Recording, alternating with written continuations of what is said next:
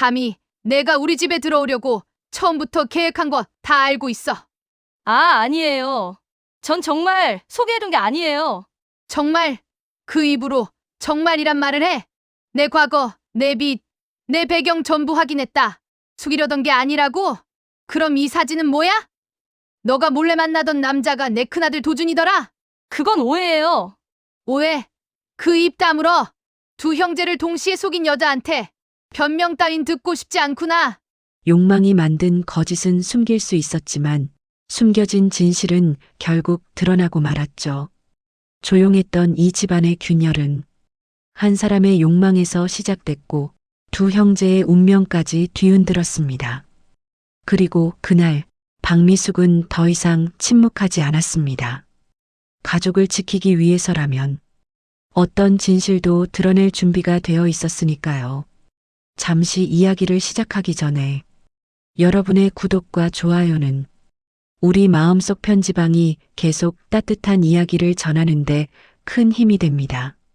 이제 이 집안에 감춰져 있던 이야기들을 조용히 펼쳐보려 합니다. 윤채리는 새벽 공기가 축축하게 스며든 좁은 원룸에서 천천히 몸을 일으켰습니다. 방 안은 오래된 난로가 간신히 열을 내고 있었고 구석에는 전단지와 빛 독촉장이 섞여 있는 상자가 놓여 있었어요. 손바닥만 한 창문으로 들어오는 흐린 햇빛은 방 안의 음울함을 더 짙게 만들었고 체리는 잠시 그 빛을 바라보며 깊게 숨을 들이쉬었습니다. 그녀는 오래된 거울을 들여다보며 얼굴을 매만졌습니다. 부드럽게 보이도록 입술을 다듬고 눈가를 정리하고 표정을 중립에 가깝게 맞추며 마음속으로 되뇌었습니다. 오늘도 버텨내자. 입술에서 나온 말은 낮고 침착했지만 그 안에는 작은 한숨이 묻혀 있었습니다. 가난한 환경은 그녀에게 늘 설명할 수 없는 무게로 남아 있었어요. 세상이 자신을 깔보는 눈빛을 수없이 경험하며 자란 채린에게 가난은 단순한 현실이 아니라 평생 벗어나야 할 굴레였습니다. 침대에서 몸을 일으킨 채린의 아버지 윤상호가 천천히 부엌 쪽으로 걸어갔습니다. 그의 발걸음은 술에 절여진 세월처럼 무거웠습니다. 상호는 캔맥주에 남은 한 모금을 삼키며 흐릿한 목소리로 말했습니다. 채린아, 오늘도 일 나가는 거지? 채린은 대답 대신 짧게 고개를 끄덕였습니다. 아버지에게 미움은 없었지만 그렇다고 온전히 이해할 수도 없었어요. 그녀는 그가 지쳐가는 모습을 보며 마음 한구석이 먹먹해졌지만 동시에 그 모습은 채린의 욕망을 더 자극하고 있었습니다. 나는 저렇게 살면 절대로 안 돼. 아버지는 미안함을 전하려는 듯 조심스레 말을 이었습니다. 내가 더 힘이 있었으면 너를 이렇게 살게 하진 않았을 텐데. 채린은 감정이 움직이려는 순간 스스로를 단단히 붙잡았습니다. 동정과 연민은 그녀가 살아남기 위해 버려야 하는 감정이었어요. 아빠, 이런 말할 시간에 건강이나 챙겨요. 그래야 저도 덜 힘들죠. 말투는 부드러웠지만 차갑게 닫힌 문 같은 느낌이었습니다. 상호는 딸의 속마음을 읽지 못한 채 조용히 고개를 떨어뜨렸습니다. 그 모습은 가난이 사람을 어떻게 무너뜨리는지 그대로 보여주는 그림 같았어요. 방을 나서기 직전 채리는 벽에 붙어 있는 오래된 청구서를 한 번 더 바라보았습니다. 전기요금, 관리비, 연체된 월세. 그 종이들은 마치 채린의 현실을 못 박듯 무겁게 존재하고 있었죠. 그녀는 종이들을 손에 쥐었다가 그대로 바닥에 내려놓으며 속으로 중얼거렸습니다. 이대로 평생 살 순 없어. 기회는 내가 만드는 거야. 채린의 눈빛은 이전과 다르게 깊고 단단하게 변했습니다. 그 눈빛은 단순한 다짐이 아니라 자신의 삶을 바꾸기 위해 어떤 선택이든 할 수 있다는 결연한 확신이었어요. 좁은 계단을 내려가는 동안 채린은 머릿속에서 계획을 정리했습니다. 살아남기 위해 아니라 올라가기 위해 움직이는 사람의 얼굴이었어요. 그녀가 복지관 근처를 일부러 오가며 사람들을 살피던 이유도 재벌가 차남 정도연이 나타날 가능성을 계산한 것도 전부 오늘을 위한 준비였습니다. 체린의 걸음은 빠르지도 느리지도 않았습니다. 하지만 그 걸음 속에는 누구도 말리지 못할 욕망과 계산된 목표가 한층 더 짙게 자리 잡고 있었어요. 기회는 우연이 아니야. 만들면 되는 거지. 그 말을 남기며 윤채리는 거리로 들어섰습니다. 그리고 그녀가 향하는 방향 끝에서 그녀가 의도적으로 만들어낼 우연을 기다리고 있는 사람이 조용히 움직이고 있었습니다. 정도현. 아직 아무것도 모르는 남자. 하지만 곧 그녀의 첫 번째 걸음이 되는 남자였어요. 그 인연은 우연이 아니었고, 그리고 그 인연이 만들어낼 폭풍 역시 이미 조용히 다가오고 있었습니다. 체리는 이른 오후 복지관 근처를 서성이며 사람들의 동선을 조용하게 관찰하고 있었습니다. 그녀의 시선은 깔끔한 정장을 입고 복지관으로 향하는 남자에게 닿았고 그 순간 체린의 심장이 조용히 반응했어요. 정도현. 그의 발걸음은 서두르지 않았지만 분명한 목적을 향해 있었고 그 표정에는 늘 타인을 배려하는 사람에게서만 보이는 부드러움이 묻어 있었죠. 체리는 멀찍이 그를 바라보며 입술을 살짝 깨물었습니다. 지금이야. 오늘이 아니면 기회를 만들 수 없어. 그녀의 머릿속에는 이미 철저한 계산이 자리 잡고 있었고 행동 하나, 호흡 하나까지 세밀하게 조절되고 있었어요. 횡단보도 앞에서 체리는 일부러 정면을 살피지 않은 척하며 손에 들고 있던 서류를 느슨하게 쥐었습니다. 종이 끝이 바람을 타고 떨리는 순간 체리는 작게 숨을 들여마시며 손목을 부드럽게 흔들었습니다. 서류 몇 장이 공중으로 튀어올랐고 순식간에 도로 한가운데로 흩날려 떨어졌어요.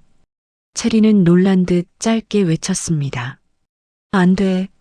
하지만 그녀의 발걸음은 일부러 느리게 움직였어요. 위험한 듯 보이지만 통제된 행동이었고 그녀는 정확하게 계산된 타이밍을 기다리고 있었습니다. 그 순간 도연이 반사적으로 앞으로 뛰어들었습니다. 차량이 아직 멀리 있는 것을 확인한 뒤 그는 종이를 재빠르게 주워들며 조심스럽게 뒤로 물러났습니다. 숨이 약간 가빴지만 그의 표정은 담담했고 누구를 도운 것인지조차 중요하지 않다는 듯 자연스러웠어요. 도연은 종이를 차분히 정리해 체린에게 건넸습니다. 이렇게 뛰어드시면 위험합니다. 다치실 뻔했어요. 체린은 숨을 고르며 손을 내렸습니다. 죄송해요. 정신이 좀 없어서. 정말 감사합니다. 그녀의 목소리는 떨리는 듯 했지만 그 떨림조차 상대의 보호 본능을 자극하기 위한 연기였어요. 도연은 종이가 복지관 서류라는 것을 보고 조용히 물었습니다. 여기 봉사 오셨어요? 체리는 아주 잠시 시선을 흔들며 말했습니다. 내 세상이 저한테 친절하지 않았던 만큼 제가 조금이라도 나누고 싶어서요. 도연은 그 말에 가슴이 뜨끔해졌습니다. 누군가의 말 한마디가 마음을 깊게 건드리는 순간 그 감정은 이유를 설명할 필요가 없었죠. 그런 마음 쉽지 않은데요. 대단하네요. 그 말은 진심이었고 도연의 눈빛 역시 흔들리고 있었어요. 도연은 잠시 망설이다가 복지관 문을 향해 몸을 돌렸습니다. 오늘 아이들 공부방 정리하는 날인데 같이 들어가 보실래요? 그 제안은 자연스러웠지만 사실 체린이 기다린 정확한 타이밍이었습니다. 그녀는 겸손한 미소를 지으며 조용히 고개를 끄덕였어요. 복지관 안에서 아이들의 웃음소리가 울려 퍼졌고 도연은 자연스럽게 아이들 사이를 오가며 도왔습니다. 체리는 처음에는 어색한 듯 행동했지만 곧 진지한 모습으로 교재를 정리하고 아이들의 질문을 들어주었습니다. 그 모습은 연기였지만 연기라는 사실을 믿을 수 없을 만큼 섬세했습니다. 아이 하나가 채린에게 조심스레 물었습니다. 이모, 다음에도 와요? 그 말에 채린은 예상치 못한 감정을 잠시 느꼈습니다. 그래, 다음에도 올 수 있으면 올게. 그 말은 연기가 아니라 마음 깊은 곳에서 스쳐 지나간 순간적인 진심이기도 했어요. 도연은 그 모습을 멀리서 바라보며 부드럽게 미소를 지었습니다. 그녀의 불안한 표정, 조심스러운 동작, 그리고 뜻하지 않게 드러나는 따뜻함들이 도연의 마음을 조금씩 열어젖히고 있었어요. 정리 작업이 끝날 즈음 도연은 용기를 내어 말했습니다.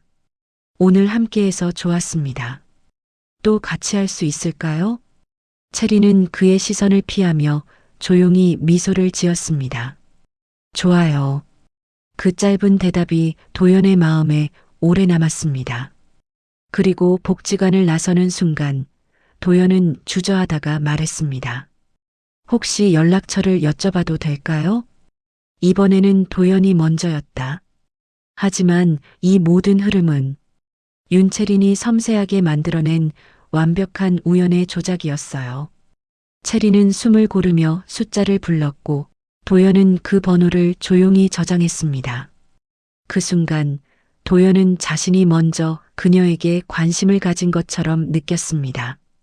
그 착각은 채린의 의도대로 완벽히 설계된 결과였어요. 복지관을 떠나는 길, 채린은 안도와 승리감이 뒤섞인 숨을 내쉬었습니다. 오케이, 걸려들었다. 그녀의 눈은 어둠 속에서도 선명하게 빛나고 있었고 이미 다음 단계의 계획이 정교하게 움직이고 있었습니다. 윤채린은 복지관에서 돌아오는 길에 몇 번이나 걸음을 멈추었어요.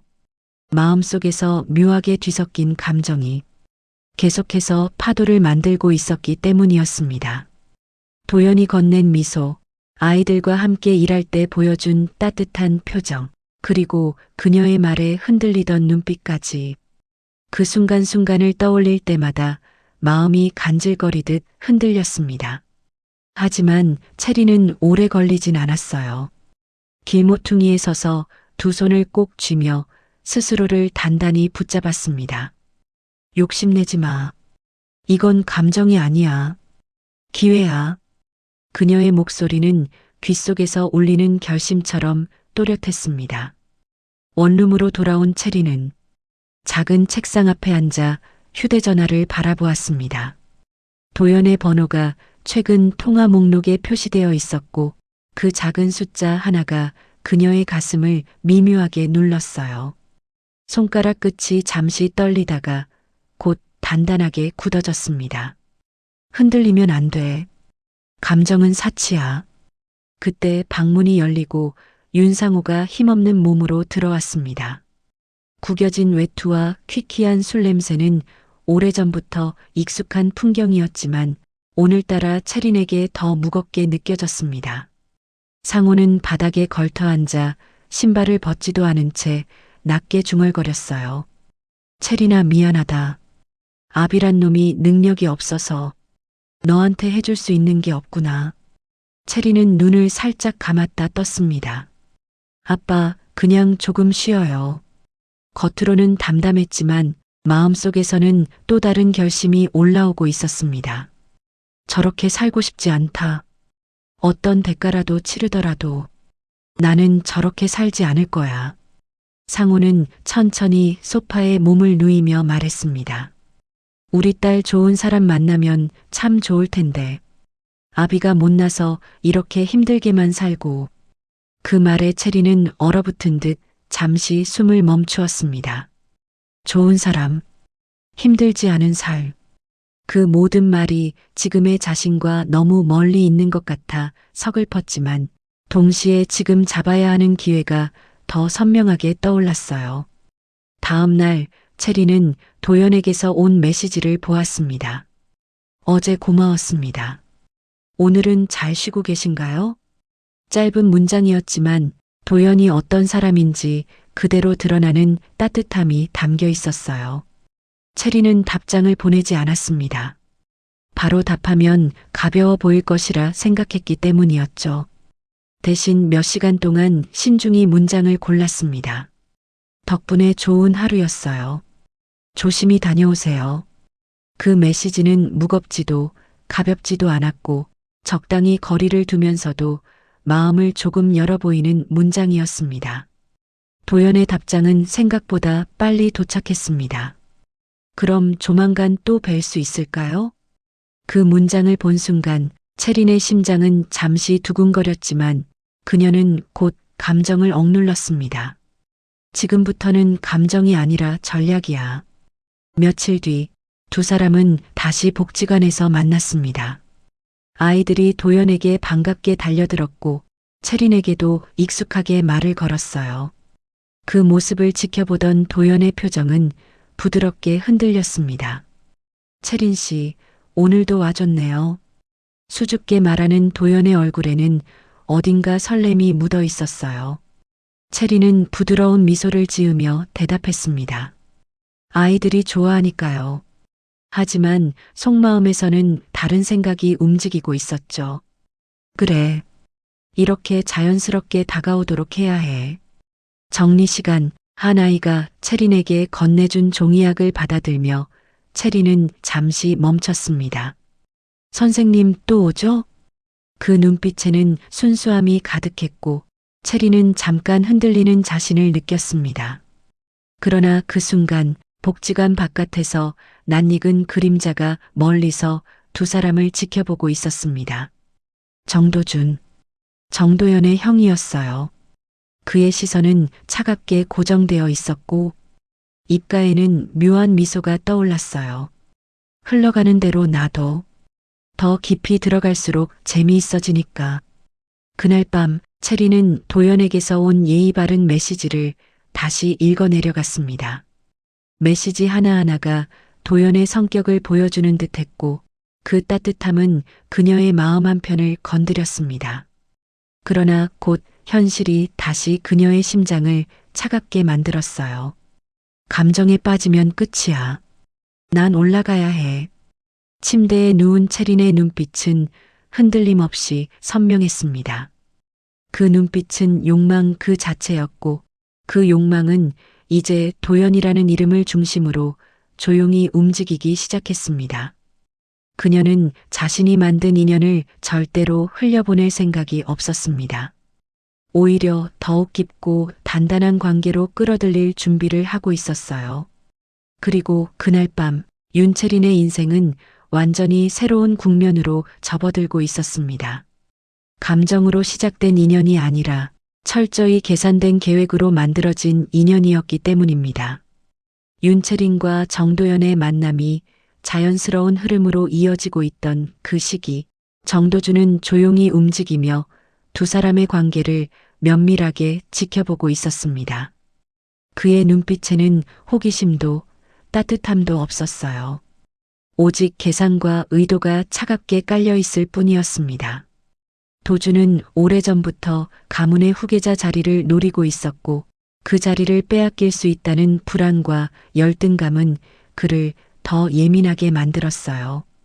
겉으로는 침착해 보였지만 속에서는 끊임없이 동생을 이기고 싶은 욕망이 들끓고 있었습니다. 도연이 사람들한테 사랑받는 건 질렸다. 착한 척하는 그 모습 지겹다. 그의 내면은 오래된 질투로 거칠게 뒤틀려 있었습니다. 어느 저녁 도준은 자신의 집무실에서 복지관 방문 사진과 동선 기록을 보고받았어요. 비서는 도연이 봉사활동을 마친 뒤 채린과 함께 있는 장면을 조심스레 설명했습니다. 도준은 그 보고를 들으면서도 표정 하나 바꾸지 않았습니다. 오히려 더 깊이 생각에 잠기는 듯한 눈빛이었죠. 윤채린 나쁘지 않네. 배경도 약하고 삶도 불안정하고 도연에게 치명적일지도. 그 말은 칭찬이 아니라 이용 가치를 평가하는 차가운 계산이었습니다. 며칠 후 도준은 복지관 근처에 조용히 발걸음을 옮겼습니다. 그는 직접 확인하고 싶었던 겁니다. 동생을 유난히 밝게 웃게 하는 그 여자가 어떤 사람인지, 그리고 자신이 짠판에 얼마나 잘 발맞추고 있는지. 복지관 안에서 아이들과 책을 정리하던 체리는 어딘가에서 자신을 바라보는 낯선 시선을 느꼈습니다. 고개를 들자 검은 정장을 입은 남자가 창밖에서 천천히 시선을 거두었습니다. 그가 누구인지 알 수 없었지만 단순한 방문자는 아니라는 걸 직감할 수 있었죠. 그 시선은 묘하게 날카로운 동시에 관심을 품고 있었고 마치 체린의 속마음을 꿰뚫고 있는 듯한 느낌이 들었습니다. 정리 시간이 끝나고 체린은 복지관 계단을 내려오다가 근처에서 조용히 기다리고 있던 도준을 마주쳤습니다. 그는 정중하게 미소를 지었지만 눈빛은 온전히 미소에 닿아 있지 않았습니다. 윤채린 씨 맞죠? 그 말투는 공손했지만 그 속에 숨겨진 힘이 느껴졌어요. 체리는 순간적으로 긴장했지만 표정만큼은 차분하게 유지했습니다. 네, 그런데 혹시 누구세요? 목소리는 불안과 경계가 섞여 있었지만 그 불안조차 체린이 의도적으로 만들어내는 모습 같았습니다. 도준은 부드러운 웃음을 띠며 손을 내렸습니다. 저는 정도연의 형, 정도준입니다. 그 이름을 듣는 순간 체린의 심장이 짧게 떨렸습니다. 하지만 그녀는 곧 침착하게 그 떨림을 삼켰습니다. 그녀는 직감적으로 알았습니다. 이 사람 위험해. 그러나 위험 속에도 기회는 존재하는 법이었죠. 도준은 계단 옆에 기대서며 조용히 말을 이어갔습니다. 오늘 제 동생의 모습이 참 밝아 보이더군요. 아마 채린 씨와 있어서 그런가 봐요? 그 말은 칭찬처럼 들렸지만 진짜 의미는 전혀 달랐습니다. 검사하듯 평가하듯 묻는 느낌이었죠. 체리는 억지 미소를 만들어냈습니다. 도연 씨는 좋은 사람이에요. 그러자 도준은 눈빛을 가늘게 좁혔습니다. 맞아요. 착하고 순하고 누가 봐도 좋은 남자죠. 그는 잠시 말을 멈추더니 의도를 숨기지 않은 목소리로 말했습니다. 하지만 너무 착하면 쉽게 상처받기도 합니다. 주변 사람한테. 그 말은 마치 경고처럼 들렸습니다. 하지만 동시에 너를 알고 있다는 메시지도 함께 담겨 있었어요. 체리는 차갑게 굳어진 심장을 숨기며 조심스럽게 대답했습니다. 그런 사람 상처 주고 싶은 사람은 없을 거예요. 도준은 천천히 고개를 끄덕이며 웃었습니다. 그래야죠. 체린 씨가 그런 사람이 아니기를 바래요. 그 말은 예의였지만 예의가 아니었고 친절이었지만 친절이 아니었어요. 그는 이미 체린의 불안한 심리와 약점을 읽고 있었고 그 약점이 자신에게 유리하게 작용할 것이라는 확신도 가지고 있었습니다. 집으로 돌아오는 길, 체린의 손은 미세하게 떨리고 있었습니다. 도준이 남긴 말이 단순한 인사로 들리지 않았기 때문이었습니다. 본능적으로 알 수 있었어요. 그 사람 뭐지? 형이란 사람이 동생을. 걱정하는 마음이 느껴지지 않았어. 위험한 사람일지도 몰라. 그러나 그 위험 속에 체리는 처음으로 더 큰 욕망을 느끼고 있었습니다.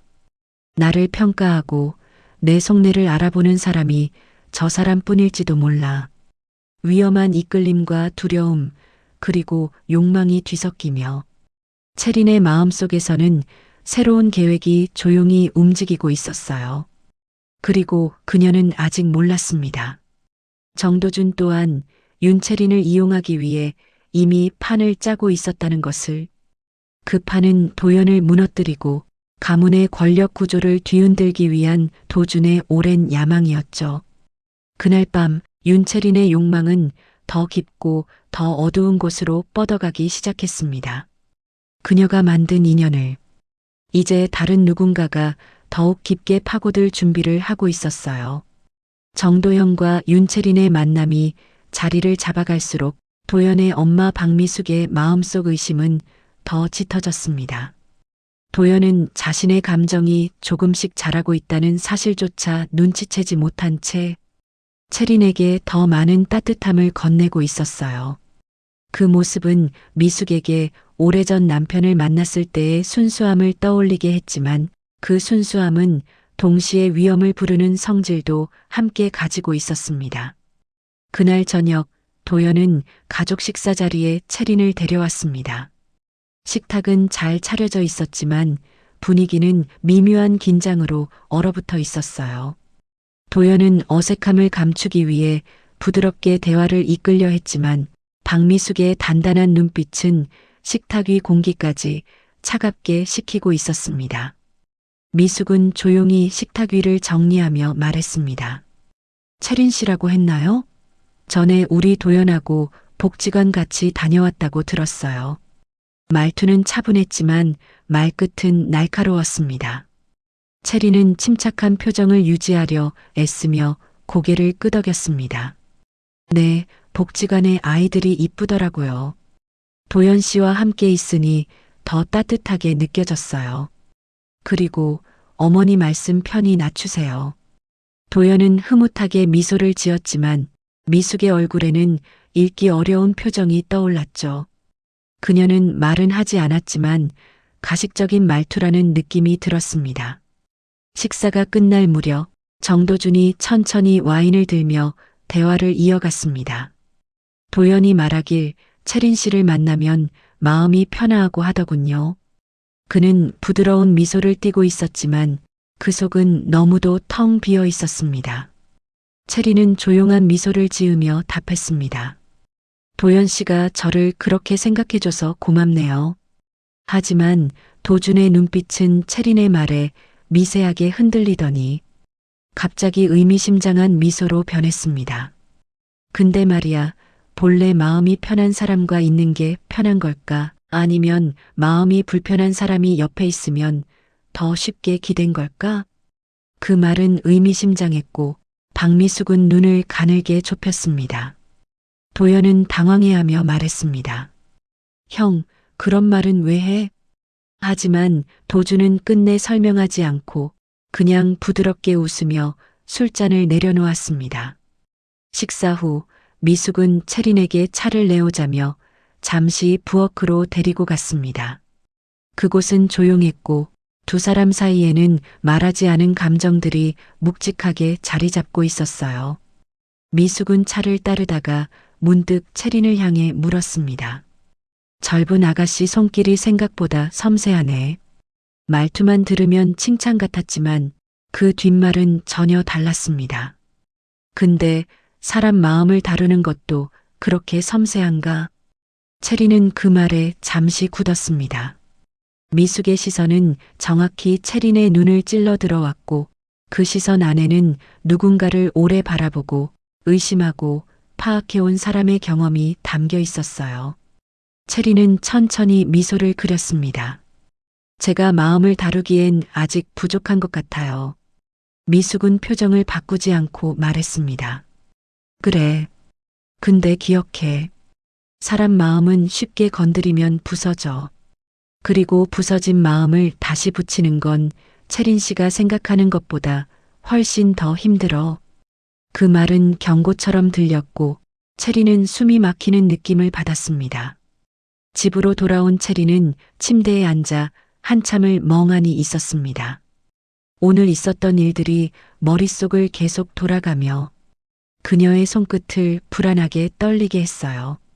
그때 휴대전화가 진동했습니다. 정도준의 메시지였습니다. 우리 잠시 이야기를 나눴으면 합니다.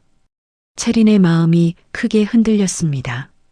도준은 그녀의 비밀과 욕망을 꿰뚫고 있는 듯한 눈빛을 가진 사람이었고 그 눈빛은 채린에게 두려움과 동시에 묘한 흡입력을 느끼게 했습니다. 잠시 후 채린은 조용한 카페에서 도준과 마주 앉았습니다. 도준은 그녀를 가만히 바라보며 한참 말을 잇지 않았습니다. 그 침묵이 오히려 더 강한 압박처럼 느껴졌습니다. 도준은 천천히 입을 열었습니다. 오늘 어머니 모습을 지켜보니 채린 씨 당신을 싫어하는 게 보이던군요. 말투는 가벼웠지만 그 의미는 깊었습니다. 그리고 채린 씨는 피할 수 없겠죠. 이 집안에 들어오려면 채린은 조용히 숨을 삼켰습니다. 도주는 손가락으로 테이블을 두드리며 말했습니다. 하지만 저는 당신 편일 수도 있어요. 그 말은 유혹처럼 들렸지만 동시에 깊은 함정처럼 느껴졌습니다. 집으로 돌아오는 길, 채린의 가슴은 빠르게 뛰고 있었습니다. 도준이라는 남자는 그녀의 욕망을 간파하고 있었고 그녀의 약점까지 정확히 손에 쥔 듯한 사람이었어요. 그날 밤 채린은 자신이 놓인 위치를 깊이 깨달았습니다. 박미숙은 자신을 의심하고 있고 정도준은 자신을 이용하려 하고 있고 정도연은 자신을 진심으로 믿고 있었어요. 그리고 그 모든 상황이 자신이 욕망을 위해 설계한 길 위에 놓여 있다는 사실이 오히려 채린을 더 위험하게 만들었습니다. 하지만 그녀는 후퇴할 생각이 없었습니다. 지금 멈추면 다시 그 가난한 방으로 돌아가야 해. 그녀의 욕망은 두려움보다 강했고 그 욕망은 이제부터 더 깊고 더 어두운 곳으로 윤채린을 끌어내리기 시작했습니다. 정도연은 요즘 부쩍 밝아졌습니다. 복지관에서 채린과 나누는 짧은 대화, 아이들과 함께 웃는 시간, 그리고 그녀가 보내는 소박한 메시지들이 도연의 마음을 조용히 흔들고 있었어요. 그 흔들림은 도연이 스스로도 인지하지 못할 만큼 부드럽고 따뜻했습니다. 하지만 그 따뜻함 뒤에서 정도준은 한 걸음씩 더 깊이 움직이고 있었어요. 도연은 모르는 그늘에서, 채린 역시 모르는 깊은 틈에서 그날 오전 미숙은 조용한 집무실에서 조사서를 한 장씩 넘겨보고 있었습니다.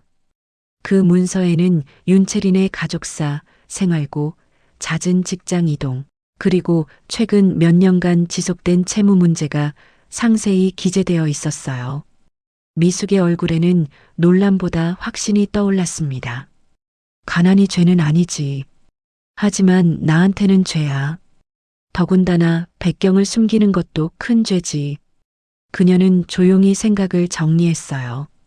자식의 사랑을 막고 싶은 마음은 없었습니다. 하지만 결혼은 단순한 연애가 아니었고 수십 명의 직원과 가문의 명예가 걸린 문제였죠. 윤채린이 계집은 진심을 말하지 않고 있어.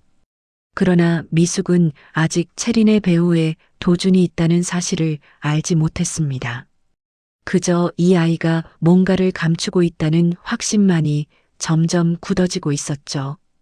그 시각 윤채린은 다른 싸움을 하고 있었습니다. 채린은 원룸에서 비톡촉 전화를 받고 있었습니다. 상대의 목소리는 날카롭고 빠르게 재촉하고 있었죠. 이번 달도 안 된다면 계약서대로 진행할 겁니다. 채린은 텅 빈 지갑을 바라보며 손톱을 꾹 깨물었습니다. 조금만 더 기다려주세요. 곧 정리할 수 있어요. 전화를 끊은 후 그녀는 깊게 숨을 들이마셨습니다. 그 숨에는 두려움과 함께 단단한 결심이 뒤섞여 있었습니다. 이제 돌아갈 길은 없어. 선택한 만큼 끝까지 가야 해. 그때 휴대전화가 울렸습니다. 보낸 사람 정도준. 오늘 저녁 잠시 시간을 내주시죠. 할 말이 있습니다. 채린의 손이 잠시 멈췄습니다. 그는 자신을 꿰뚫어 보는 사람, 자신이 만든 가면을 쉽게 찢어버릴 수 있는 사람이었습니다. 그러나 동시에 도연과 결혼이라는 목표에 가장 가까운 징검다리이기도 했습니다. 저녁 호텔 카페, 고급스러운 조명 아래 도준은 이미 자리에서 채린을 기다리고 있었습니다. 그의 얼굴은 웃고 있었지만 눈빛은 여전히 위험했습니다. 채린이 앉자 도준은 다짜고짜 물었습니다. 채린 씨 왜 도연에게 다가간 거죠? 그 질문은 너무도 직설적이어서 채린의 숨이 잠시 멎을 정도였습니다. 하지만 그녀는 곧 침착하게 표정을 가다듬었습니다. 좋아서요. 착하고 따뜻한 사람이니까. 도준은 코웃음을 쳤습니다. 그런 말은 누구한테나 할 수 있죠. 내가 듣고 싶은 건 진짜 이유야. 체리는 잠시 말을 잃었습니다. 하지만 도주는 이미 그녀의 침묵에서 모든 것을 읽고 있었죠. 그는 천천히 몸을 기울여 말했습니다. 가난해서 힘들어서 벗어나고 싶어서 그런 거지. 그 말은 마치 그녀의 폐속까지 들여다보는 것처럼 정확했고 체린의 심장이 쿵하고 떨어지는 듯 했습니다. 아봐요, 정도준 씨 무례하게 갑자기 말을 놓지 않나. 이게 무슨 태도죠? 사람 마음을 너무 멋대로 평가하시는 거 아닌가요? 제가 아무리 가난하다고 해도 제 마음을 그렇게 비하하지 말아주세요. 도준의 입꼬리가 미세하게 올라갔습니다. 그는 어떤 감정도 섞이지 않은 목소리로 말했습니다. 진심? 비하하지 말라고? 무례하다? 얼레 있는 사람은 그래도 돼. 이미 알아볼 대로 알아봤으니 솔직하게 말하는 게 좋을 텐데. 그러나 그녀는 더 이상 숨길 수 없다고 판단했어요. 억울함과 서러움이 오랜 세월 쌓여 있었고 그 감정이 지금 그녀의 눈빛을 적셨습니다. 맞아요. 이 가난이 지긋지긋해서 먼저 다가간 거 맞아요. 정직해졌네. 좋아. 그렇다면 나랑 거래를 하지. 체리는 숨을 삼키며 도준을 바라보았습니다. 거래. 그 단어는 위험하지만 달콤했고 절박한 그녀에게는 선택지가 아니었습니다. 도준은 말을 이었습니다. 내가 도연 옆에서 흔들리지 않고 겉모습이라도 진심인 척 유지한다면 나는 내가 이 집안에 들어가는데 필요한 것들을 도와줄 수 있어. 그 말은 천천히 그러나 깊이 그녀의 마음속으로 스며들었습니다. 하지만 도준은 마지막에 덧붙였습니다. 대신 나한테도 얻을 게 있어야 하지 않겠나? 그 말은 협박도 아니고 그렇다고 제안도 아니었지만 그 속에 숨어 있는 권력의 무게는 분명했습니다. 체리는 조용히 물었습니다. 원하시는 게 뭔가요? 도준은 잔을 돌리며 대답했습니다. 도연이 무너지면 나한테 기회가 와. 넌 그 열쇠가 될 수 있고. 그 말을 들은 체린의 눈빛이 조용히 흔들렸습니다.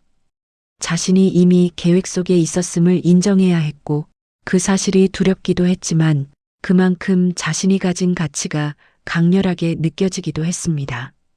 도준은 마지막 말을 던졌습니다. 너도 올라가고 싶고 나도 올라가고 싶다. 그러면 서로 돕는 게 맞지 않나? 그날 밤 윤채리는 자신의 욕망이 다른 사람의 야망과 맞물렸음을 깨달았습니다. 그것은 깊고 어두운 길이었지만 그녀는 한 번도 그 길에서 물러나겠다는 생각을 하지 않았습니다. 좋아요. 저도 제 길을 갈 거예요. 그녀의 목소리는 차분했지만 그 안에는 무너지고 싶지 않은 사람의 강한 집념이 담겨 있었어요. 그리고 이 순간 도준과 체린의 위험한 동맹은 시작되었습니다. 박미숙은 며칠 동안 잠을 깊이 이루지 못했습니다. 침대에 누워도 마음은 항상 무겁고 머릿속에서는 윤채린의 말투와 눈빛이 떠나지 않았어요. 그녀는 오랜 세월 동안 사람을 보는 법을 배웠고 거짓과 진실이 뒤섞인 눈은 너무 익숙했습니다. 미숙은 서재에 불을 밝히고 앉아 있었습니다. 책상 위에는 조사 자료와 여러 메모가 정리되어 있었고 그 중에서도 체린의 과거를 정리한 종이가 가장 위에 놓여 있었어요. 숨기는 게 너무 많아 윤채린. 그러나 미숙이 알지 못한 사실이 있었죠. 체린의 문제보다 더 큰 위험이 이미 집안의 내부에서 자라고 있었다는 것을. 그 위험은 오래전부터 조용히 움직이고 있었고 그 이름은 정도준이었습니다. 한편 윤채린은 도준과의 거래를 받아들인 뒤 밤하늘을 올려다보며 자신의 결정을 곱씹고 있었습니다. 두려움도 있었지만 그 두려움보다 더 강하게 자리 잡은 감정은 욕망이었죠. 그 욕망은 더 이상 단순히 가난에서 벗어나는 수준이 아니었습니다. 나는 선택받을 거야. 그리고 그 자리를 빼앗기지 않을 거야. 그녀는 그렇게 스스로에게 말하며 눈빛을 더욱 단단히 만들었습니다. 며칠 후 도연은 뜻밖의 소식을 듣게 됩니다. 회사 임원회의에서 정도준에 대한 불안한 소문들이 돌고 있었어요. 비자금, 사적거래, 불투명한 펀드. 도연은 그 말을 믿고 싶지 않았습니다. 형은 완벽하진 않아도 가문을 누구보다 지키려는 사람이었으니까요. 하지만 소문은 점점 더 구체적인 내용으로 변했고 5번째 회의 이후 도연은 더 이상 외면할 수 없다는 사실을 깨달았어요. 도연은 집으로 돌아오며 마음속에서 불안이 가득 차올랐습니다. 그 불안은 일부는 형에 대한 걱정이었고 일부는 자신이 믿고 있던 가족이라는 울타리가 흔들릴지도 모른다는 두려움이었어요. 집에 도착했을 때 박미숙은 도연을 기다리고 있었습니다. 그녀의 얼굴은 그 어느 때보다 단단히 굳어 있었어요. 도연아, 이제는 내가 알아야 할 때인 것 같다. 미숙은 조심스럽지만 확고한 목소리로 채린의 조사 파일을 도연에게 건넸습니다. 도연은 처음엔 당혹스러운 얼굴로 페이지를 넘겼고 2번째 페이지에서는 눈을 질끈 감았습니다. 가난, 불안정한 직장, 사채 기록, 숨겨진 가족 문제. 그 모든 것이 문제는 아니었지만 문제는 하나도 말하지 않았다는 사실이었죠. 그리고 마지막 페이지. 정도준과 채린이 만나는 사진. 복도, 카페, 그리고 소규모 레스토랑. 도연은 숨이 턱 막히는 듯한 감정을 느꼈습니다. 이게 무슨 뜻이죠? 미숙은 조용히 설명했습니다. 너를 속이려는 게 아니라면 이렇게 몰래 만날 이유는 없지 않니? 나도 아직 전부 알진 못했지만 확실한 건 너만 진심이었단 거야. 도연은 한동안 아무 말도 하지 못했습니다. 그동안 느꼈던 모든 따뜻함이 헝클어지며 마음 깊은 곳에서 작은 균열이 크게 번지고 있었어요. 그날 밤 도연은 채린에게 메시지를 보냈습니다. 짧고 조용한 문장이었어요. 오늘 잠시 볼 수 있을까? 채린은 그 메시지를 읽고 심장이 크게 뛰는 걸 느꼈습니다. 무엇을 들킨 걸까? 도연의 말투는 평소와 달랐고 평소의 따뜻함보다 훨씬 더 차갑고 무겁게 느껴졌어요. 그녀는 곧바로 거울 앞에 서서 표정을 다듬었습니다. 두려움을 내비치지 않고 불안함을 숨기며 평온함을 가장한 표정을 만드는데 집중했습니다. 괜찮아. 지금까지도 잘했잖아. 이 정도는 쉽게 넘길 수 있어. 그러나 마음속에서는 작은 조각들이 서서히 흔들리기 시작했습니다. 그 흔들림은 그녀가 예상하지 못한 방향으로 이어지게 될 것이었고 그 파문은 도연뿐 아니라 이 집안 전체를 갈라놓을 불씨가 되고 있었습니다. 그리고 그 불씨에는 정도준이라는 이름의 바람이 조용히 그러나 치명적으로 붙어 있었죠. 윤채리는 도연을 만나는 길 내내 손끝이 식어가는 것을 느꼈습니다. 도연이 자신을 부를 때의 말투는 평소와 다르게 조용했고 그 조용함 속에는 설명할 수 없는 차가움이 숨어 있었습니다. 그 차가움은 채린의 발걸음을 점점 더 무겁게 만들었죠. 도연은 근처 공원의 벤치에 앉아 있었습니다. 평소라면 먼저 손을 흔들며 반갑게 맞이했을 텐데 오늘의 그는 긴 침묵 속에서 표정을 굳히고 있었습니다.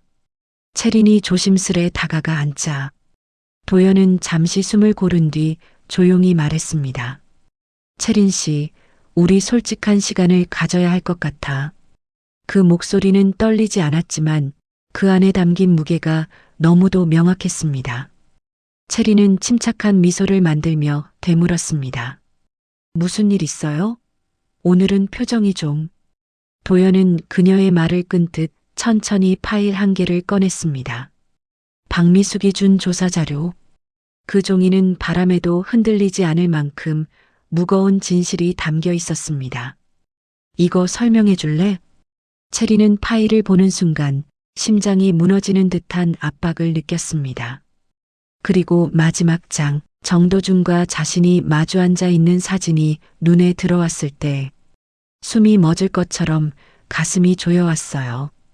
도연 씨 그건 채린의 말이 채 끝나기도 전에 도연은 낮고 단단한 목소리로 말했습니다. 왜 말하지 않았어? 왜 나한테 내 진짜 상황을 한 번도 이야기하지 않았어? 도연의 눈빛에는 분노보다 더 깊은 것이 담겨 있었습니다. 배신감, 신뢰가 무너질 때만 나오는 조용한 절망. 채리는 손을 모아쥐며 말했습니다. 말하고 싶었어요. 하지만 나한테 남은 건 자존심도 없었고 당신과 만나기 시작한 그때 너무 겁났어요. 도연은 고개를 흔들었습니다. 그건 이해해. 누구나 힘든 시기가 있으니까. 하지만 형을 왜 만나? 그 말은 정확히 그녀의 가장 깊은 곳을 찔렀습니다.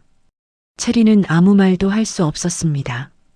그 침묵은 곧 사실이 되었고 도연은 몸을 굳힌 채 숨을 삼켰습니다. 혹시 나를 이용한 거야? 그 말이 나오자 채린의 눈가가 흔들렸습니다. 아니야 아니라고 말하고 싶은데. 하지만 벗어나고 싶었어. 너무 힘들었고 당신이 날 믿어준 게 고마워서 점점 더 무서워졌어. 그 말은 진심이 섞여 있었지만 너무 늦은 진심이었습니다. 도연은 더 말하지 않았습니다. 그저 조용히 자리에서 일어나며 짧게 말했습니다. 우리 여기까지 하자. 그 말은 칼처럼 단단했고 채린의 피를 서서히 식혀버릴 만큼 차가웠습니다. 도연이 등을 돌려 걸어가는 동안 채린은 아무 말도 할 수 없었습니다. 그의 뒷모습이 멀어질수록 그녀의 눈빛에서 욕망이 부서지고 후회가 뒤늦게 자라기 시작했어요. 그러나 진짜 폭발은 여기서 시작되었습니다. 그날 밤 박미숙은 조용한 응접실에서 정도준을 불러 앉혀두었습니다. 도준은 아무렇지 않은 표정으로 앉았지만 미숙의 시선은 날카로웠습니다. 내가 한 짓 모를 줄 알았니? 도준의 얼굴이 굳어졌습니다. 무슨 말씀이세요? 윤채린을 데리고 다닌 사진들, 동생의 연애를 방해하려는 의도, 그리고 내 비자금, 다 확인했다. 도준의 얼굴이 창백해졌습니다. 미숙은 단호하게 말했습니다. 도연이를 이용하려 했지? 윤채린도 너도 이제 끝이다. 그 목소리는 집안의 기둥처럼 단단했고 그 단호함은 도준의 가슴을 무겁게 눌렀습니다. 내가 우리 집을 얼마나 지켜왔는데. 도준은 떨리는 목소리로 중얼거렸습니다. 지킨 게 아니야. 흔들고 있었지. 그 말은 사이다처럼 시원하게 꽂혔습니다. 이 집안의 실세가 누구인지 명확히 드러나는 순간이었습니다. 그 시각 윤채리는 혼자 원룸에서 조용히 울고 있었어요. 무너진 욕망, 깨져버린 계획, 그리고 뒤늦게 찾아온 후회. 그러나 더 깊은 곳, 진짜 깊은 곳에서는 또 다른 감정이 자라나고 있었죠. 이대로 끝낼 순 없어. 그녀의 눈빛은 또다시 차갑게 변해갔습니다. 욕망이 완전히 죽은 것이 아니었습니다. 상처 입은 욕망은 더 독해지고 더 위험해지는 법이었죠. 그리고 그 독은 박미숙과 정도연, 그리고 정도준까지 모두를 향해 천천히 번져가고 있었습니다. 윤채리는 밤새 잠을 이루지 못했습니다. 정도연의 뒷모습이 자꾸만 머릿속에서 떠나지 않았어요. 그 따뜻하던 사람이, 자신을 믿어주던 그 사람이 아무 말 없이 등을 돌리고 떠나버렸다는 사실이 믿을 수 없을 만큼 아프게 다가왔습니다. 하지만 아침이 밝을 무렵 채린의 눈빛은 다시 굳어 있었습니다. 울음은 끝났고 이제 남은 건 살아남겠다는 결심뿐이었죠. 내가 여기서 무너지면 모든 게 끝이야. 그녀는 거울을 바라보며 자신에게 속삭였습니다. 그리고 더 단단한 표정으로 입술을 다듬었어요. 다시 시작해야 해. 뺏긴 거면 되찾아야지. 그녀의 욕망은 상처를 거름 삼아 더 날카롭게 자라나고 있었습니다. 정도준은 상황이 예상보다 빠르게 무너지고 있다는 사실에 말할 수 없는 불안과 분노를 동시에 느끼고 있었어요. 미숙이 그의 비자금까지 알고 있다는 사실은 그가 가장 두려워하는 부분이었습니다. 도준은 깊은 밤 집무실에서 서류들을 정리하며 중얼거렸습니다. 나한테서 다 빼앗을 생각이구나. 그의 눈빛은 흔들렸지만 그 흔들림 뒤에는 더 위험한 감정이 자리 잡고 있었어요. 그렇다면 나도 가만히 있을 수는 없지. 그는 누군가에게 조용히 전화를 걸었습니다. 목소리에는 예전과 다른 긴장과 집착이 섞여 있었죠. 그 일 약속대로 진행해. 준비됐다고. 그 말은 곧 폭풍이 시작될 신호였습니다. 그 시각 박미숙은 그녀만의 방식으로 사건의 마지막 퍼즐을 맞추고 있었습니다. 그녀는 침착했고 분노를 쉽게 드러내지 않는 사람이었습니다. 그러나 이번 일만큼은 분명히 말할 수 있었어요. 내 아들을 상처 준 사람들 절대로 가만두지 않겠다. 그녀의 눈빛은 날카롭게 빛나고 있었고 그 표정은 오랜 세월 한 집안을 지켜온 사모님의 권위 그 자체였습니다. 며칠 후 체리는 도연에게 마지막이라도 잡고 싶은 마음에 조심스럽게 문자를 보냈습니다. 만날 수 있을까요? 이번엔 제가 말하고 싶어요. 그러나 도연에게서 답장은 오지 않았어요.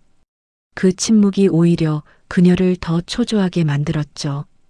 이대로 포기할 수 없어. 그럴 수는 없어. 그녀는 무작정 도연의 회사 근처로 향했습니다. 그의 얼굴을 보기만 해도 뭔가 달라질 수 있을 거라는 희망 때문이었어요. 하지만 채린이 회사 앞에서 도연을 마주했을 때 도연의 표정은 차갑고 흔들림 없었습니다. 윤채린 씨 더는 당신과 이야기하고 싶지 않네요. 그 말은 가슴을 찌르는 칼날 같았습니다. 하지만 이 순간에도 더 충격적인 일이 벌어졌습니다. 도연이 회사를 들어서려는 순간 경찰차가 회사 정문 앞에 멈췄습니다. 경찰들이 회장실 방향으로 향했고 사람들은 수군거리기 시작했어요. 비자금 사건이래. 정도준 전무가 관련돼 있다던데. 그 소문은 금세 퍼졌습니다. 도연은 굳은 표정으로 형의 이름이 오가는 걸 들으며 말할 수 없는 충격에 빠졌습니다. 그리고 그 자리에 서 있던 체리는 온몸이 얼어붙는 기분을 느꼈습니다. 도준이 움직였어? 그녀는 자신이 어떤 판에 서 있는지 이제야 완전히 깨닫기 시작했습니다. 박미숙은 더 이상 기다리지 않았습니다. 그날 저녁 응접실에 도연과 도준 그리고 채린을 모두 불러앉혔습니다. 공기 자체가 무거웠습니다. 도연은 침묵했고 도준은 억울함을 가장하려 애썼지만 표정에서는 불안이 사라지지 않았습니다. 그리고 채린은 그날따라 유난히 초라해 보였습니다. 미숙은 조용히 입을 열었습니다. 이제 진실을 이야기할 시간이다. 그녀는 한 사람씩 바라보며 말했습니다. 먼저 도준에게. 내가 숨기던 비자금 내가 모를 줄 알았니? 도준은 손을 움켜쥐며 낮게 말했습니다. 오해예요. 하지만 미숙은 단호하게 말을 끊었습니다. 오해가 아니라 증거야. 내 비리 회사도 이미 알고 있어. 그 말에 도준은 더 이상 말을 잇지 못했습니다. 그리고 이어서 채린을 바라봤습니다. 그 눈빛은 무섭도록 정확했습니다. 넌 신데렐라라도 꿈꾼 거니? 감히 거짓말로 우리 집 사람이 되려 했어. 채린은 아무 말도 하지 못했습니다. 말을 하면 할수록 더 깊은 늪에 빠질 거라는 걸 본능적으로 알고 있었어요. 그러나 미숙은 마지막 말로 그녀의 숨통을 끊었습니다. 내가 도연을 만난 첫날부터 이 집안은 너의 계획 속이었어. 그리고 그 뒤에는 도준이가 있었고 그 말은 모든 가면을 벗겨내는 선언이었습니다. 도연은 그 말을 들은 순간 마음 한 구석이 찢어지는 듯 아팠습니다. 그는 채린을 바라보며 말했습니다. 정말이야? 형이랑 같이 꾸며냈던 거야? 채린은 눈물이 맺혔지만 결정적인 말은 끝내하지 못했습니다. 그 침묵은 예보다 더 잔인한 대답이었어요. 폭로가 끝난 후 응접실은 완전히 침묵에 잠겼습니다. 아무도 움직이지 않았고 숨소리조차 조심스러웠습니다. 박미숙이 마지막으로 입을 열었습니다. 둘 다 내 집에서 나가라. 장남이란 놈이 여자 하나 꼬드겨 동생의 인생을 쥐고 흔들려 하고 또 돈에 어두워 내 아들을 이용한 사람, 내 집을 흔든 사람 자격 없다. 도주는 분노와 절망으로 자리를 떠났습니다.